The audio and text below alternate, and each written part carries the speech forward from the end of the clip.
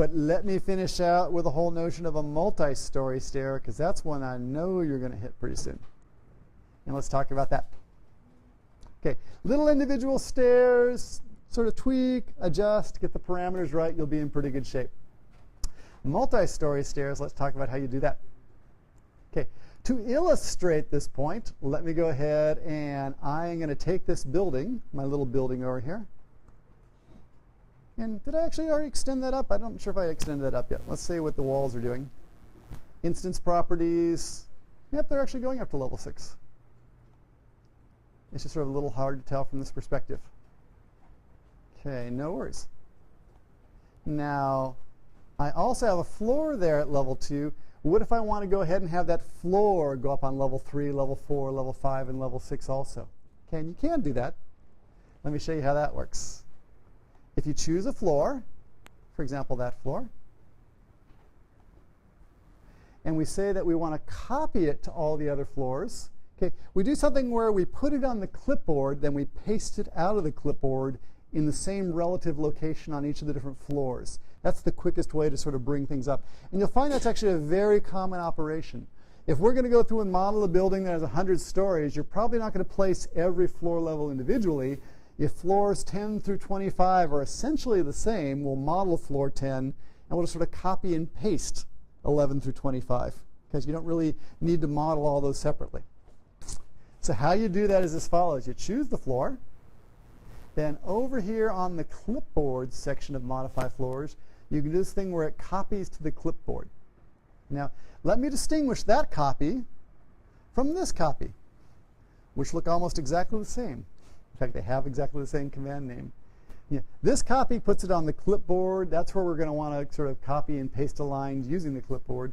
This one's for sort of copying things typically on the same floor level, in the same view. So I'm going to actually just sort of copy it this way to the clipboard. But watch out for that. That'll get you, because you'll sort of think, oh, I'm copying, but it's not doing what I think I want it to. It's unfortunately named the same thing. So copy that.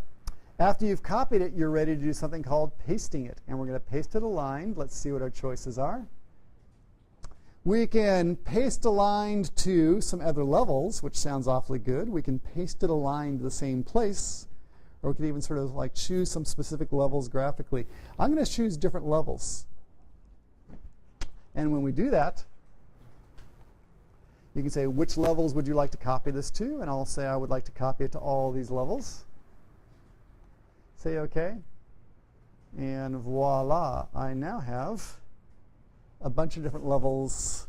And that's kind of the quickie way of creating a building, or one quick way.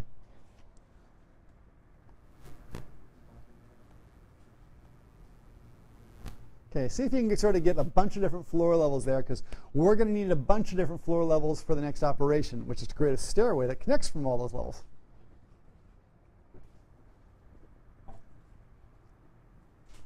Now, if you want to, and you're waiting for people to catch up, you might go ahead and change your wall type. I'm going to change my wall type to be something that looks more like a multi-story building. Oh, maybe storefront or exterior glazing. Okay, that looks like a multi-story building. Or at least a lot of the multi-story buildings that we build these days tend to look like that. That's not very interesting from a design standpoint, but that's the way a lot of them look. So here's the deal. I got my building. I got these floors. I want to create a stair. Okay, so I want to create a stair that goes from level 1 to level 2, but I'd also like to go up to level 3 and level 4 and level 5. So what I can do is actually use a special parameter of the stairs that says, hey, you're a multi-story stair, and that one sketch that I used to get from level 1 to level 2, it'll replicate on the other levels to get on up. So let's show you how that works. Go back over to level 1, and we're going to draw a real basic stair. Actually, there it is. I'm already on level 1 over here. And I'm going to go out to, I'm just going to sort of make it in the corner somewhere so you can see it easily. I'm going to make a little stairway right over here in the corner. So I'm going to make a relatively simple stair. I'll make a little dog leg stair or a two-legged stair by choosing, I'm going to go up like this halfway. I'm going to come over next to it and pull down like that.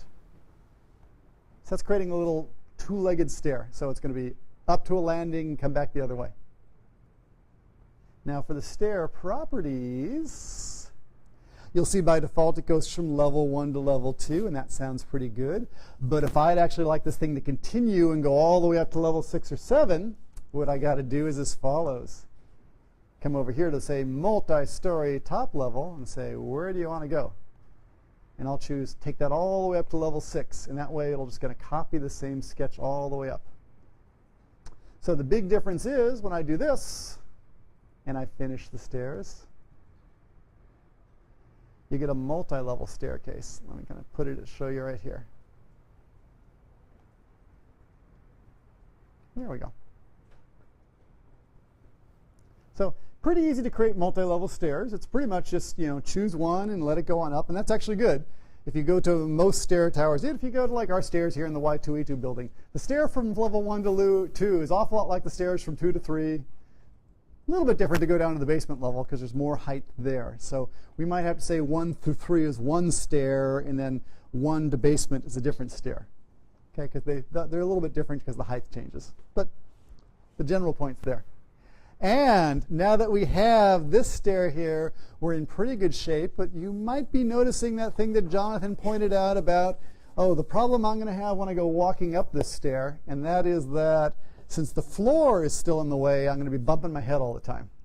Okay, so I got a problem right now in that I have this fabulous stair, but the stair is not smart enough to cut away the floor. We have to sort of take care of that floor independently. So to do that, how do we do that? And let's go back over here. It really is, and I think Jonathan talked about this a little bit in terms of what's going on. When we want to cut floor openings, we tend to go through, if it's a simple sort of structure, we'll take the one floor that's involved, we'll cut a purple or another pink boundary inside of it, and it'll cut away an opening. And there's a whole way of working in section view to figure out to make sure that we're cutting away enough so that you have enough headroom. Okay, and we showed that a little bit last time, but I'm going to show the other method this time, which is called placing a shaft opening. Let's talk about the difference. Okay, if I go through and cut an opening in an individual floor, that opening is individual to that floor. So if I want to go through and have that opening on all the different floors, I have to go and kind of cut it on each of the different floors. And that could be okay. But if later on I choose to sort of change the shape or the size of the opening, I'd have to go back to all the different floors and edit that opening there. And if I was going through and in a building like this, I have floors, but I also have ceilings, and then the next floor.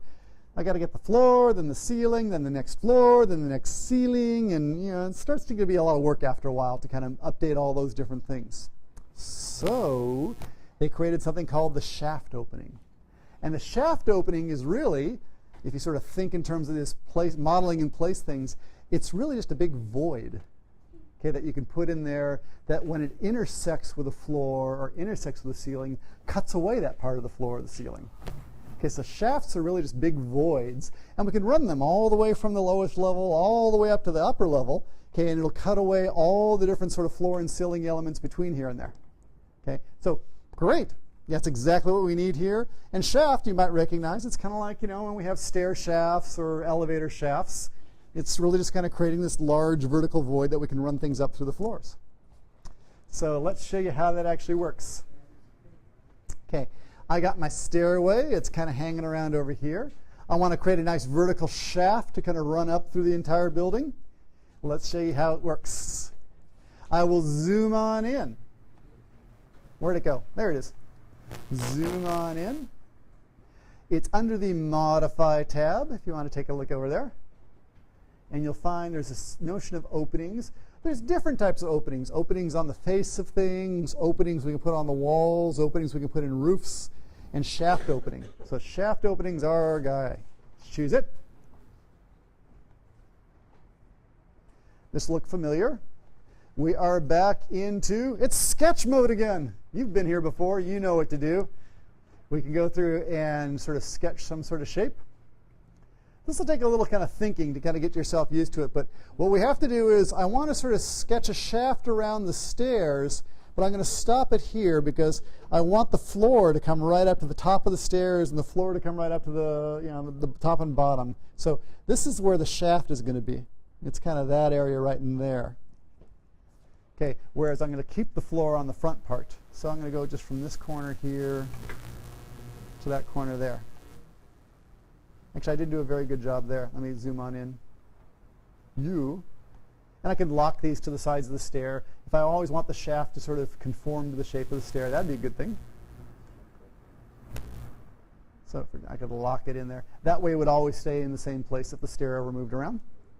How did you get into the great shelf open sketch? No worries. What we do is, sure, I'll discard that. Okay, I'm looking at just sort of the normal mode. I will shift over to the Modify tab and try pulling down under Openings. See if you can find a shaft opening. Okay, we're in sketch mode. Let me choose that. Again, I'll zoom on in there, and I'll actually be really good about it this time. I'll choose that corner. I'll choose this corner, and if I'm really good, I'm going to lock that to all those edges. That way, if anything moves, everything will sort of stay in sync. Okay, now I'm fully locked. I'll say finish the opening. And let's take a look. Actually, that's sort of interesting in terms of what's going on there. Actually, that's not at all what I expected to have happen. Let me see what's going on. I got my shaft. How about an elevator shaft? It's not meant to be. I'll go with that. Let's see if we can sort of figure out what's going on. I wonder if the locking's confusing it. I'm going to try recreating it because that's not at all what I expect. Change the constraint because it said unconnected. So it's going up 20. Oh, no, that we can definitely do. Let's do that. Oh, deselect it. Yes? And it looks more normal. Oh, then it'll go away? Okay. Ah! Relief. Okay. I hate it when things like that happen and you're like, that's not what I expected. Okay, so two different things. One is deselect it to make sure it actually does do the voiding. Thank you very much. Second suggestion is, hey, it's only going up 20 feet or something like that. So I need to select the opening, and I'll take its properties. And shafts actually have an opening size too, or a height to them. So rather than going up 20 feet, I'm going to say, take it all the way up to the top. Wouldn't you want to start at level 2? Actually, that would probably be a good choice in terms of level 2 and a little bit below level 2 if I want to actually catch the ceiling. So you're correct. It's actually cutting a hole in my floor. So I could start it from here instead. Okay, now we're looking pretty good. Okay, yes? So, is that just the railing sticking out of the top? Yes. Let me kind of like show you what's going on there. I think if we orbit around a little bit. Actually, if I just zoom in. That's just the railing kind of doubling up. So even on this multi-story stair, if you decide that you like that other style of railing, like a pipe rail or something like that, give it a slightly more modern look, you can do that. But it'll affect the entire thing.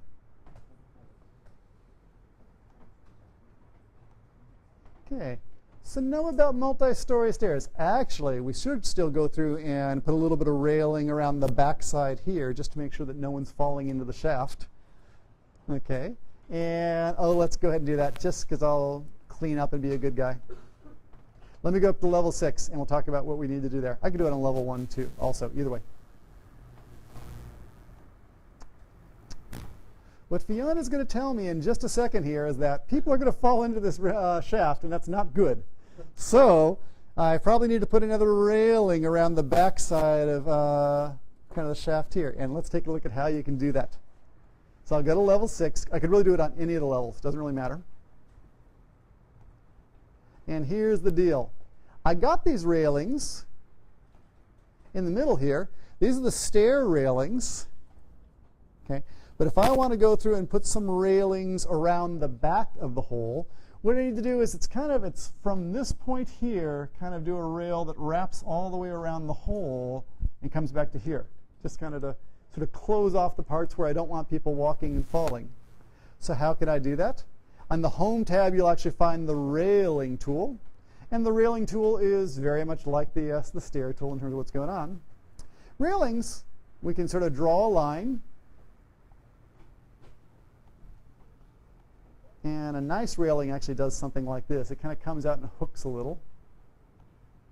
I can do this with offsets also, but I'm just going to drawing something relatively quick here for you.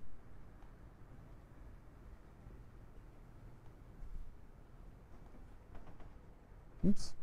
Let me bring that all the way back in there. That's a fairly nice looking railing. Now, we'll sort of play with that some more. Again, when you're doing your projects, we'll sort of really get down to the nitty-gritty of how you do the railing. But if I finish it, let's show you what it looks like.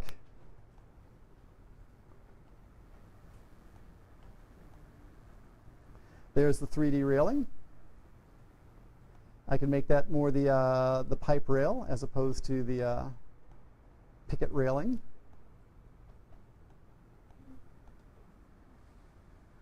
This will actually be, if you're sort of know about architecture and like other different spaces, this will need to be a guardrail as opposed to just a handrail, because this is one of these things where we have to make sure not only that you have something to hold your hand onto, but you can't accidentally fall over the edge.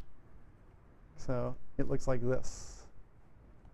And if you go around walking around Y2E you'll even see that sort of construction where the metal railing goes up a little bit higher, but the bamboo handrail is running, it's at 3 feet, and the upper rail is at 3'6". Now, having created something like this on the 6th floor, if you wanted to go ahead and have that same thing on levels 5, 4, 3, and 2, okay, I bet you know how to do that. If I come up here to the 6th floor and if I grab that railing, you can choose it as an object, and I want to have it copied to all the other floors in exactly the same place, you might recognize it as being similar to what we did a little while ago, where we copy it to the clipboard, and then we can say paste aligned, and I will put it this time on levels 2 through 5. And copy it on down there. So hopefully you're getting the sense that, you know, working with multi-story buildings isn't too bad. It's really very much like working on a single-story building, but you're really going to start paying attention to which sort of things go all the way from the floor all the way up to the roof, which sort of things are local to a specific floor, and then when we have things that are local to a specific floor, it's always this sort of copy and paste align. That becomes your best friend for doing this. We use copy and paste aligned for doing things like doing stairs. We can even model the whole structural system on one level and then copy and paste align it to additional levels as a starting point, then adjust it as we need to on the other 4 levels. So copy and paste align becomes your really good friend. Yes? So if you wanted it to change sort of gradually as yes. you went up, would you have to, I guess, would you have to go in and draw those individually? Exactly. It's what you tend to do is I'll first copy and paste a line just to get sort of a placeholder there, and then you can go back and change the properties at each individual floor to kind of taper it down a little bit and make it a little more custom. Okay, cool. Okay, so yeah, use it as a starting point, but then customize from there. So if you edit a copy thing, it won't change all the things it looks like it's wrong? It won't. Actually, no. So if I copy or if I edit this one, it'll only affect that one. Now, I'll distinguish that from, there's this whole other thing we can do where we create groups of things. And when we create a group of something, this is kind of a, okay. And let me go ahead and copy this thing over to a different place. Okay.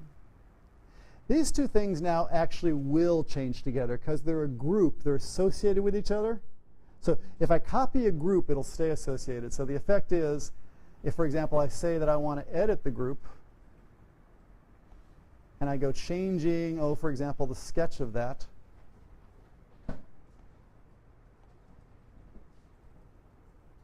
When I finish that and finish the group, it'll change them both. So there's individual elements, and when I want to have that ability to have one thing change many different things, then I'll use a grouping operation and copy the group around instead. Because grouping says that, hey, these two different things, they're not just duplicates of each other, they're actually sort of clones of each other. Yeah? Yeah, no worries. So anything that I want to group, for example, let me just group my stair here.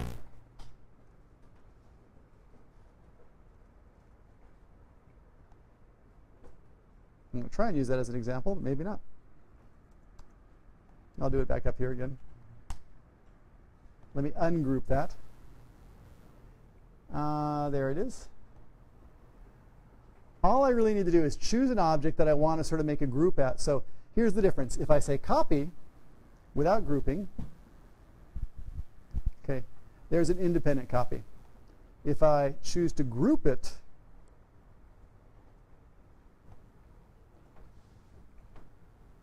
okay, and now see it has like that sort of extra set of like dashed lines around it, and I copy that. Okay, those two are related to each other, where that this one's not related, these two are related. So what happens now, since that's a group, I can edit the group. I can change that property, for example, edit the path of the guardrail. Or I could even do things like, I'll make it even simpler. I could even just sort of change the type of the guardrail. So I'll make it back to the rectangular one. Okay, so now they're a little bit different. When I finish, this one will pick it up since it's a cloned group, whereas that one's separate. Okay, so just things to kind of file away. Yes? With the group, can you, if you copied it to clipboard, and Yes. then pasted a line for David group, Yes. and then if you've already like pasted it aligned, can you group multiple objects? What you should do, after you copied them? if you group them, it'll group them kind of all the objects into a big super group. So it'd be better to go ahead and take out the secondary ones, on levels 2, 3, and 4. Go back to the one that's going to become the master of the group. Group it, and then paste it aligned. So after they're already placed, you can't group them after the fact. Or you can't clone them after the fact. They're already sort of considered separate copies. So since copying and pasting aligned is so easy, no worries. Just go ahead and take out the second instances, make the group so you have that master cloning relationship, and then copy it, paste align it, and then it'll work. Sure make sense? Beauty. That's it for stairs right now. Let's go ahead. We'll stop right now. Go ahead and stand up, stretch. Come on back in 5 minutes because we're about to shift gears and start looking at forms and masses and how we can start developing buildings from the outside. But this is kind of giving you a sense of where we're going because somehow we're going to come from the outside in, but we still need to go ahead and do things like put stairs inside those buildings we create, and we're going to meet in the middle somewhere.